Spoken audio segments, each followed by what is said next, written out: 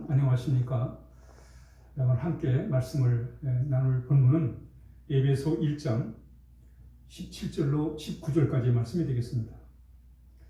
우리 주 예수 그리스도의 하나님 영광의 아버지께서 지혜와 계시의 영을 너희에게 주사 하나님을 알게 하시고 너의 마음의 눈을 밝히사 그의 부르심의 소망이 무엇이며 성도 안에서 그 기업의 영광의 풍성함이 무엇이며 그의 심의 위력으로 역사하심을 따라 믿는 우리에게 베푸신 능력이 지극히 크심이 어떠한 것을 너희로 알게 하시기를 구하노라.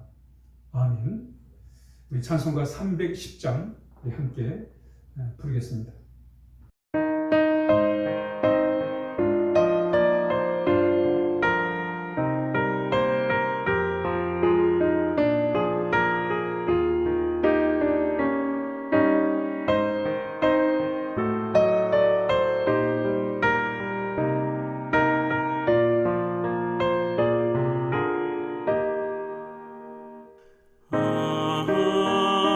하나님의 은혜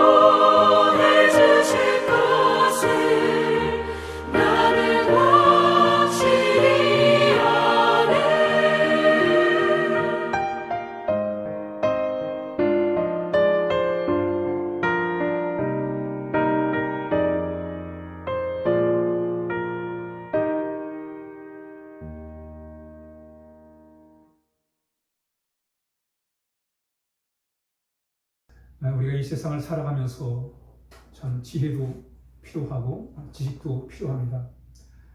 그러나 성경은 최고의 지혜와 지식은 하나님을 경외하는 것이다, 이렇게 말씀하고 있습니다. 우리가 하나님을 아는 것이 최고의 지혜요 지식인 것입니다. 우리가 세상을 살아가면서 알 게 많습니다. 살아가는 방법도 알아야 되고, 또 우리가 바른 삶을 살기 위해서 우리가 어떻게 해야 되는지 여러 가지가 참 많이 필요한데, 그 무엇보다 가장 중요한 것은 바로 우리의 인생의 근본이신 하나님을 아는 것이 우리 최고의 지혜요 지식이라는 것입니다. 오늘 우리가 본문에 보면 하나님을 우리가 알아가는 것, 바로 그것이 신앙생활인데, 하나님을 아는 것은 우리 인간의 지식만 가지고 되는 게 아닙니다. 우리가 인터넷을 검색해가지고 여러 가지 많은 자료를 통해서 우리가 하나님을 아는 것이 아니라, 우리는 하나님의 말씀을 근거로 해서 하나님이 주시는 지혜와 계시의 영을 통해서 우리가 하나님을 알게 되는 것입니다. 오늘 17절의 말씀이 나옵니다. 우리 주 예수 그리스도의 하나님 영광의 아버지께서 지혜와 계시의 영을 너희에게 주사 하나님을 알게 하시오겠습니다. 우리가 하나님을 아는 길은 단순히 인간의 어떤 지식적인 그런 상식에 의해서 하나님을 아는 것이 아니라, 하나님이 우리에게 지혜의 영, 하나님을 밝히 드러난 계시의 영을 통해서 우리가 하나님을 알 수 있다고 말씀하고 있는 것입니다. 그러므로 우리 늘 하나님의 성령의 도우심을 통해서 우리는 하나님을 알아가는 것이 중요합니다.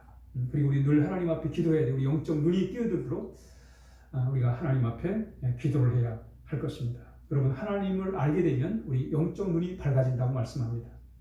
너의 마음의 눈이 밝아 그랬습니다. 여러분, 우리가 하나님을 알면 영적 세계를 보게 되는 거예요. 그런 으로 인해서 우리가 영적 세계를 볼 때 오는 것이 뭐냐면, 바로 우리는 영적 눈이 띄어지면 절망 중에 소망을 보게 되는 것입니다. 오늘 18절에 보면 마음의 눈을 밝히사 그의 부르심의 소망이 무엇이며 그랬습니다. 우리 영적 눈이 띄어지면 하나님의 소망을 보게 되는 것입니다. 아무리 절망적인 상황이라 할지라도 우리를 소망 가운데 이끄시는 하나님을 바라봄으로 우리가 소망을 갖게 되는 것입니다. 마음의 눈이 밝아질 때 우리는 우리 육신의 눈으로 볼 때는 절망적이지만, 그러나 믿음의 눈으로, 영적 눈으로 우리는 하나님이 우리를 도와주시는 그런 세계를 보게 되는 것입니다.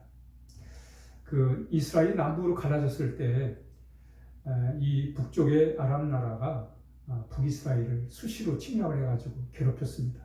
그런데 다행히 이 북쪽 이스라엘에는 엘리사 선지자가 있어가지고 그의 통찰력을 통해서 아람 나라 군사들이 침략해올 때 미리 그걸 알아요. 그래서 미리 대비를 해가지고 번번이 다 막아냅니다. 이때 아람 나라 사람들이 이 당장 이스라엘을 치는 것보다는 저 엘리야 미리 사전에 우리나라 아람 나라의 침략을 미리 알고는 대비를 하는 저 엘리야 선지자를 먼저 제거해야 되겠다. 그래가지고 엘리사 선지자가 있는 집을 포위를 합니다. 이때 엘리사 선지자 그 사환이 나와서 그 상황을 목격하게 돼요. 두려움에 떨게 됩니다. 이때 그 사환의 눈이 열립니다. 믿음의 눈으로 사환의 눈이 열려가지고 엘리사는 사환의 눈을 열어가지고 그 육신의 눈으로 볼 때는 아람 나라 군사가 포위하고 있지만, 영적 눈으로 하나님이 엘리사를 보호하고 지키는 것을 보게 되는 그런 역사를 우리가 성경을 통해서 확인하게 됩니다. 마음의 눈을 밝혀서 하나님의 도움의 손길을 보게 된 겁니다. 그렇습니다, 여러분. 우리가 마음의 눈이 밝아질 때 우리 절망적인 상황 속에서도 우리와 함께 하시는 우리 하나님을 우리가 바라볼 수가 있게 되는 것입니다. 다윗이 이렇게 고백합니다. 주여 내가 무엇을 바라리요? 나의 소망은 하나님께 있습니다. 다윗은 아무리 육신적으로 절망적인 상황이라 할지라도 소망의 하나님을 바라봤어요. 어떻게 믿음의 눈으로, 영적 믿음의 눈으로 소망을 바라보게 됐던 것입니다. 뿐만 아니라 19절에 보니까 너의 마음의 눈이 밝아 그 그 부르심의 소망이 무엇이며 성도 안에서 그 기업의 영광의 풍성함이 무엇이며라고 이렇게 말씀하고 있습니다. 여러분, 우리가 하나님의 자녀는 하나님의 기업이 있습니다. 우리 세상 것만 가지고 자본으로 사는 삶이 아니라 하나님의 것을 자본으로 살아가는 사람입니다. 우리가 믿음의 눈이 열리면 우리가 하나님의 자녀임을 알게 될 것이고, 하나님의 자녀이면 하나님이 공급하시는 하나님의 놀라운 은혜와 능력을 우리가 경험할 수가 있는 것입니다. 하나님은 부유하신 분이세요. 들의 백합화를 입히시고 공중에 나는 새를 먹이시는 그런 하나님이십니다. 그 하나님을 우리가 바라보는 거예요. 믿음의 눈으로. 6.25 이후에 어느 사업가가, 재산이 많은 사업가가 있었는데 자녀가 없었습니다. 그래서 이제 많이 재산이 많지만 물려줄 자녀가 없는 거예요. 그때 그 주변에 많은 아이들에게 그 빵을 나눠줘요. 빵을 나눠주는데 그 빵 속에다 은반지를 이렇게 넣어가지고는 나눠줬습니다. 그런데 그 은반지 속에 든 빵을 이제 먹은 아이들이 그 은반지를 발견하고는 가지고 오질 않아요. 다 그냥 빵과 함께 이 은반지를 가져버린 거예요. 그런데 한 아이가 그 빵 속에 든 그 은반지를 가지고 왔습니다. 빵은 아저씨가 주셔서 내가 잘 먹었는데 은반지는 내게 아니기 때문에 다시 돌려드린다고 하면서 이 부자에게 건넵니다. 이때 이 부자가 이 정직하고 신실한 이 아이를 양자로 삼아요. 그래가지고 자기 재산을 이 아이에게 물려줬다는 그런 얘기가 있습니다. 그렇습니다, 여러분. 우리가 하나님의 자녀가 되면 우리는 하나님의 것을 상속받아 살아가는 거예요. 하나님의 무한한 지혜와 사랑과 은혜와 능력과 이 풍성한 것을 우리 하나님으로부터 우리가 받아 누릴 수가 있는 것입니다.